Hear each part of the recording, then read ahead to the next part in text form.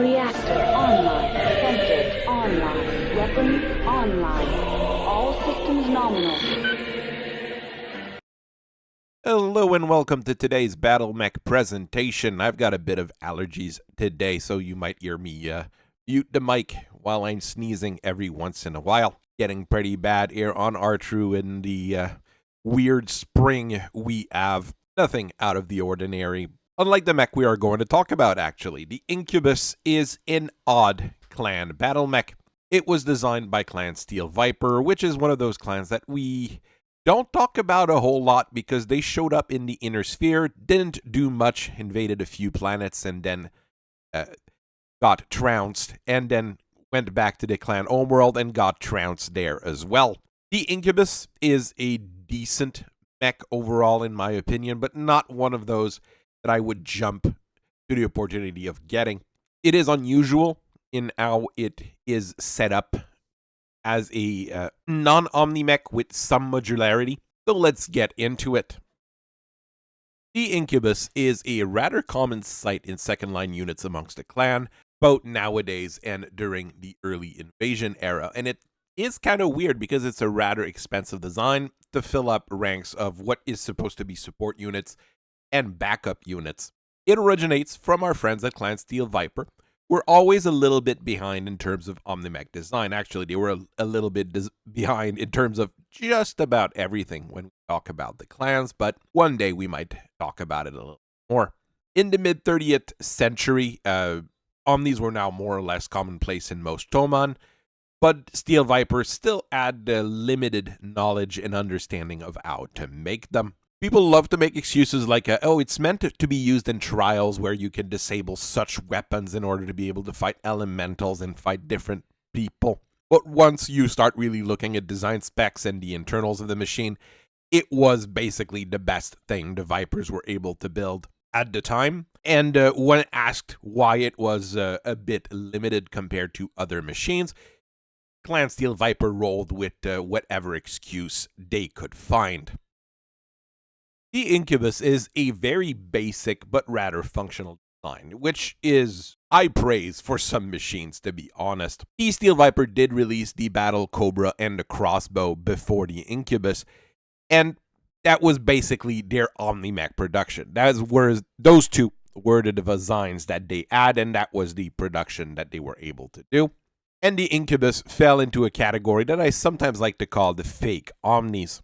It's a 30-ton mech. It has all the fancy tech in it, just like an omnimech, so it has an endosteel skeleton, 5.5 tons of ferrofibrous armor, and a light force. It's basically a GM engine, 270 XL, to give you a top speed of about 150 kilometers per hour, which is pretty darn fast. And you get 10 double heat sinks. I always think whenever I see an Incubus that it's going to have jump jets because it's got that look of a mech with jump jet, but it doesn't. In the arm, you've got that gunpod, which is not really a pod weapon, but it can easily be dropped and it can be easily reconfigured or modified for whatever needs you have. This base setup Incubus, you have a large pulse laser in the gun, which is a very, very good weapon. A pair of shoulder-mounted ER medium lasers and 4 machine guns, fed by half a ton of ammo. Half a ton of ammo of a machine gun is still about 100 shot per gun, so you've got plenty of rounds to go around, and you're going to be able to chew through whatever infantry decides to come your way. The next few marks of Incubus basically are the same design, where you take that gunpod and you modify it.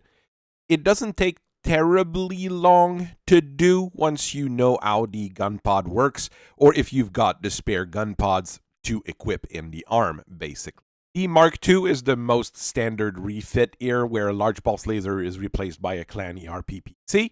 The same weight, it's the same kind of weapon, it's an energy weapon, it's an accelerator rather than a light focusing weapon, but it's very easy to set up.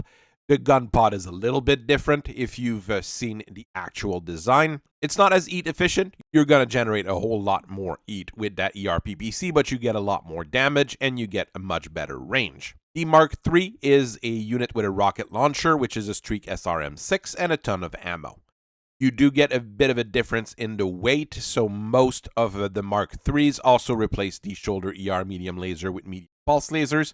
That makes the modification not as easy to do, but I've seen some modifications where they just put different versions of the streak launchers or more ammo in the gun pod. Due to when they showed up in the inner sphere, the next two marks that we're going to talk about are higher marks than you would expect here. Is just because of the Comstar designation for them. They were designed about at the same time as your original Incubus and the original setups for them. The Mark 7 is a sniper using an Ultra AC2 with a ton of ammo.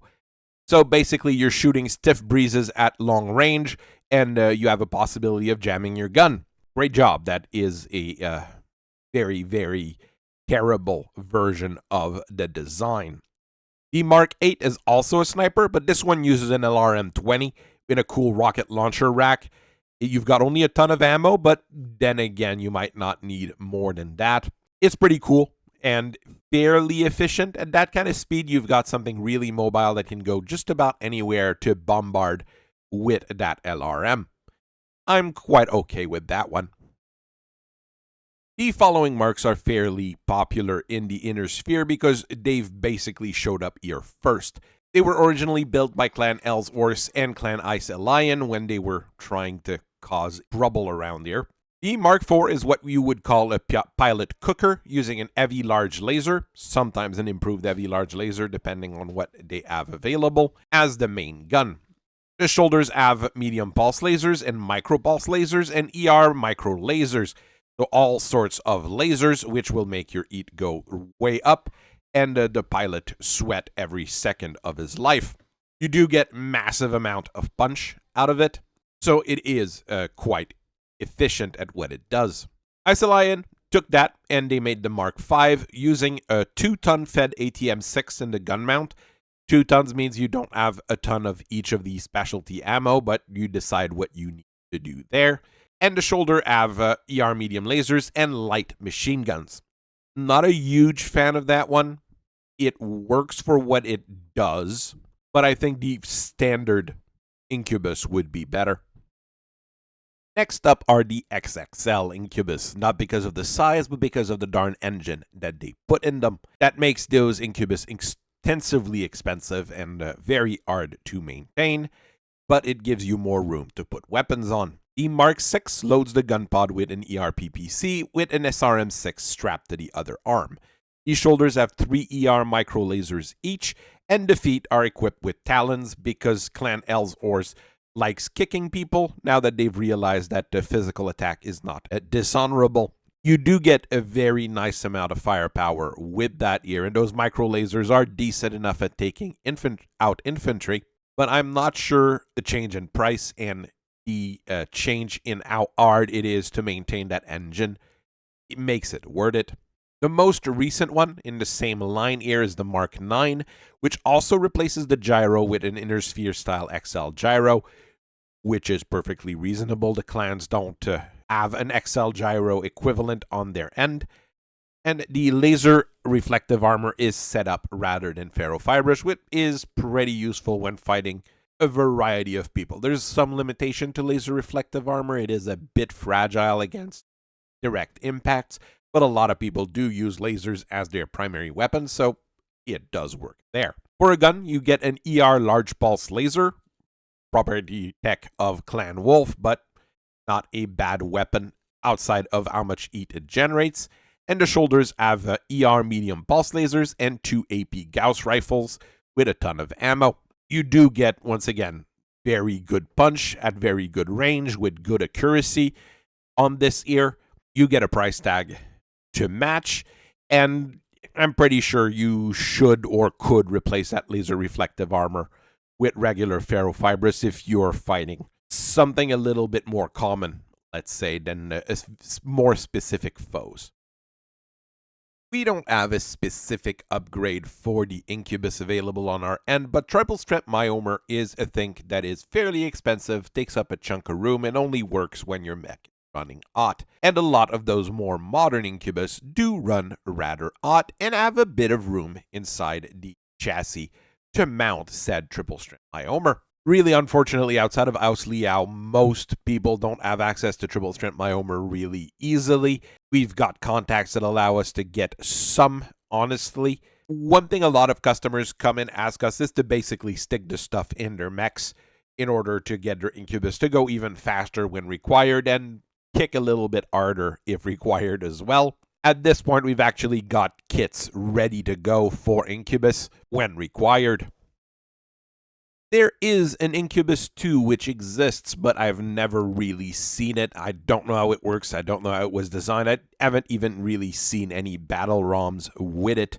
It's got a smaller engine, gets a top speed of around 130 kilometers per hour, but this one is jump capable with a partial wing, giving you about a jump range of 300 meters, which is massive. The gunpod is actually fully modular in this case, but it's not an omnimech. I'm a bit confused by this, and the shoulders are supposed to have ER medium pulse lasers, and there's a laser AMS mounted on the thing. Well, and you've got a light active probe in the sensors to give you better detection ability. Probably a decent scout. Like I said, it's one of those things which I've never really seen or never really messed with.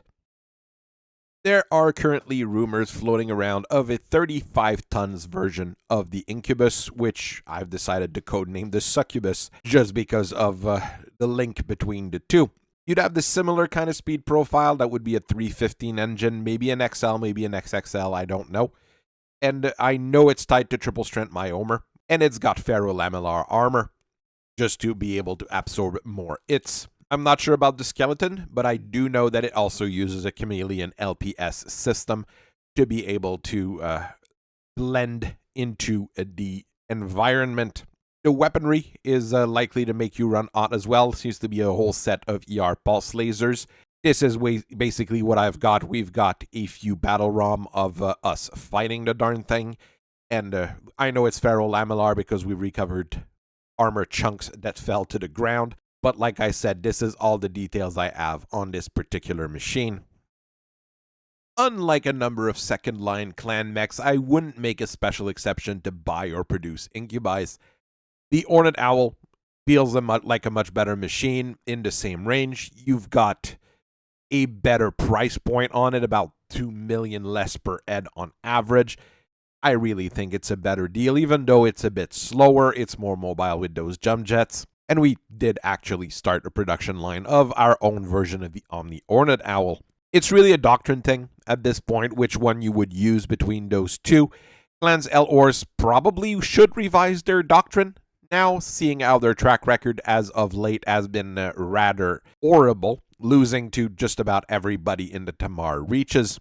I will still accept any and all Incubi for repair, and like I said earlier, we've got triple strength myomer kits to install on them if required or if you want. I can even swap the armor for different types of armor if required as well. It's an easy enough job. We've got a few manuals on how to fix them if you are interested in getting them. I hope you guys have a very nice rest of your day at this point. I thank you for listening to me for so long, and I will see you guys later. Bye-bye.